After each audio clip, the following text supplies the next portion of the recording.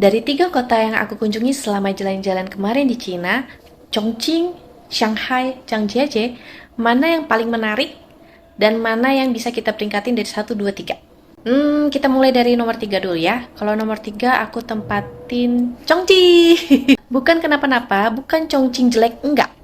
Chongqing, Shanghai, Zhangjiajie itu semua kotanya indah banget. Dan mereka punya pesonanya masing-masing yang nggak bisa kita ungkapkan karena itu memang berbeda banget. Chongqing, aku suka karena futuristiknya indah banget.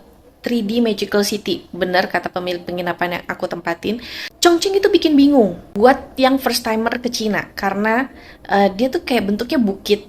Jadi kadang kita ada di bawah, ternyata kita minta pengennya lokasinya ada di atas. Jadi kita harus jalan kaki dulu ke atas. Dan petanya, mapnya itu juga bingung juga.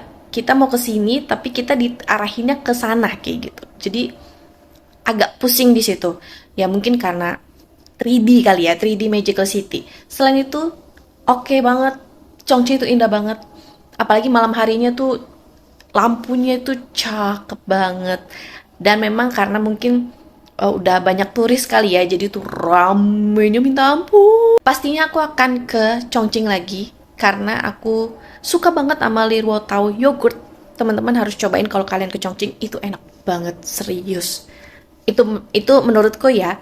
Dan ada satu lagi namanya Dancing Cow, itu enak juga, cuman dia memang asam-asam segar. Jadi kalau buat teman-teman yang suka yogurt yang asam-asam segar, Dancing Cow bisa jadi satu pilihan teman-teman. Tapi kalau Liruo Tao itu kayak enak, manisnya pas, wah itu the best deh. Di Chongqing itu memang ada kejadian yang lucu banget karena sempat ketinggalan metro terakhir. Karena apa?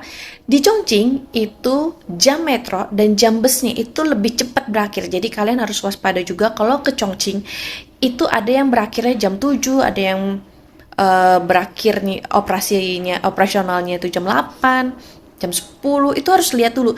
Tapi rata-rata paling banter, paling terakhir itu adalah jam 9. Which is, kalau yang buat kita yang pengen keluyuran malam-malam sampai tengah malam, transportasi itu langsung hilang. Kemarin kita sempat ketinggalan metro terakhir, cuman karena kita ngejar masuk kereta, tapi ternyata salah jurusannya. Jadi, sudahlah, selesai. Aku paling bukan gak nyaman ya, kayak kurang nyaman di bagian transportasi. Karena mereka petanya beda sendiri, akses untuk bus dan metronya itu beda juga, jadi agak sulit ya. That's why mungkin kayak aksesnya lebih susah menurutku. Tapi untuk petunjuknya itu jelas banget.